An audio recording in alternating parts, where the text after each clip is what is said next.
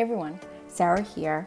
So I'm here to, I've already set up my August plan with me, and then I realized it was in slow-mo. So I'm actually going to walk through my setup and explain how I'm using my August setup for my work bullet journal. So we'll get into it. So here's my new planning system. This is my Hobonichi. This is my project section. And then this is my work bujo. So we'll get into it. I still have to put my tabs in there. So you guys seen me set up my last video. So be on the go check that out. And then this is my August spread. So I think this is going to be a quick video, but I was really excited because I have a new spread in here. So it's very functional, very David Allen, if you will. So this is my August spread. So if you guys like functional planning and work bullet journal, then this is the place to be for, some ideas. There's a lot of great people, YouTubers or planners out there that have some great setups too. So check them out. So here is my monthly spread. I use a lot of David Allen's methodology, and I've kind of tweaked it for myself.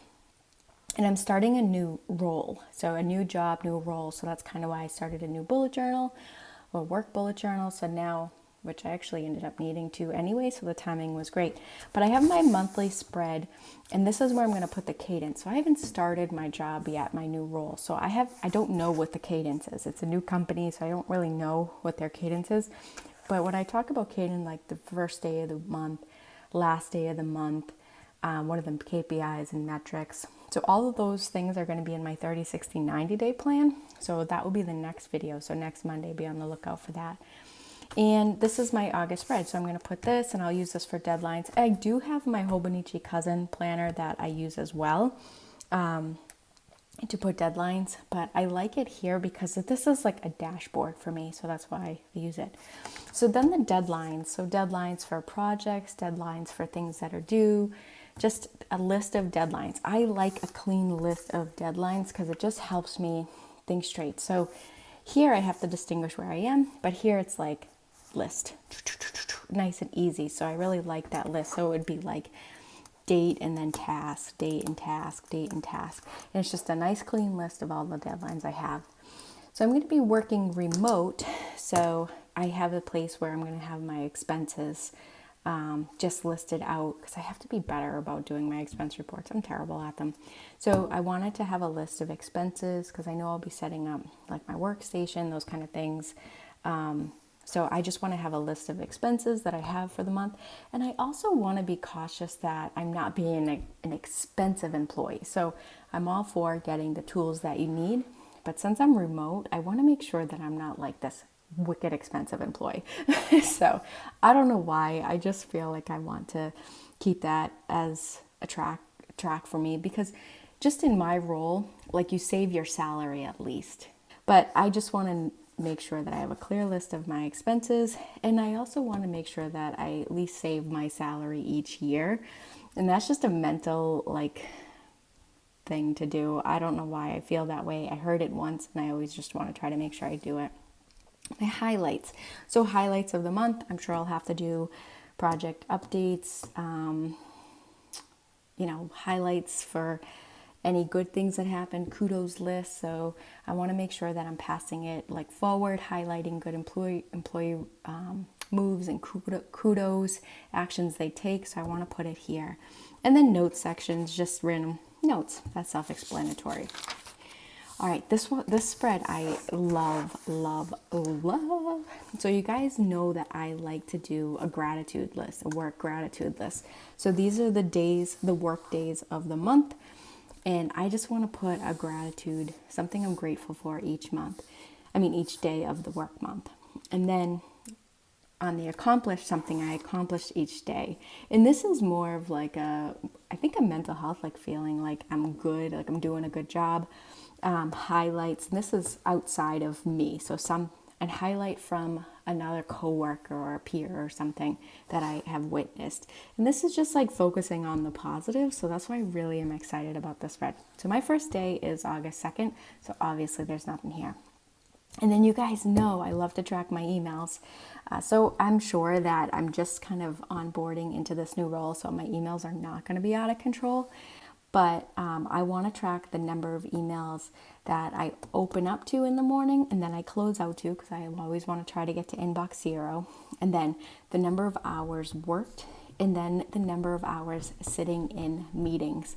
I am so stinking excited about this. You have no idea. So this is the number of emails in when I open in the morning, and then when I close out the day, the number of hours for the full day, and the number of hours of sitting in meetings. If I'm sitting in meetings, there's a good chance I'm not like executing things.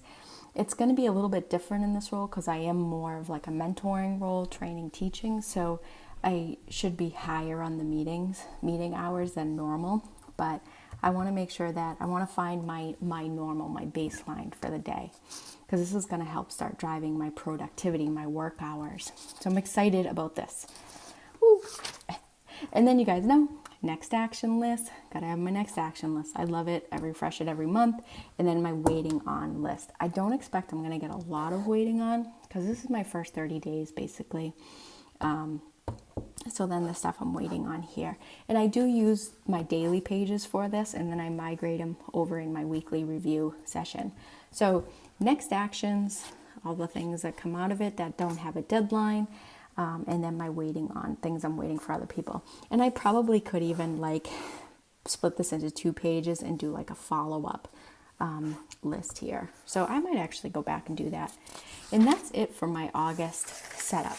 And then for my dailies, I just kind of take my notes. So my work bullet journal daily pages is like the week number, and then I put the date, and then I just align, and then I just take my notes, and then tomorrow, the next day, I'll put the date, and then I just have a running tally of like my work notes. So that is it for the month of August. So the monthly calendar for just deadlines and such. The deadline clear list, a bullet list, and a spot for all my expenses, highlights of the month, and notes section. And then this is really my tracker section. So this is going to be gratitude, something I'm grateful for each work day, something I've accomplished each work day, and then a highlight from one of my peers or coworkers, my emails in the morning and in the afternoon, what I close out with, number of hours worked, and the number of hours sitting in meetings. Love that. And then next action list, waiting on list, and I'm going to actually go back and put follow-up list here. Even if you don't use it, it's good to do it every month, because it's like putting it away. It's like putting the car keys in the same spot every day when you come home. I don't know. That's what I think of in my mind. So that's it for my August monthly spread. I hope you guys like this video, and don't forget to like and subscribe if you want to see more from me. And then next Monday, I'm going to go through my spread for my 30, 60, 90-day plan. Now, this is my plan, not the boss's plan, like what I want to do to get familiar with the company. So thanks for watching, everyone. Bye.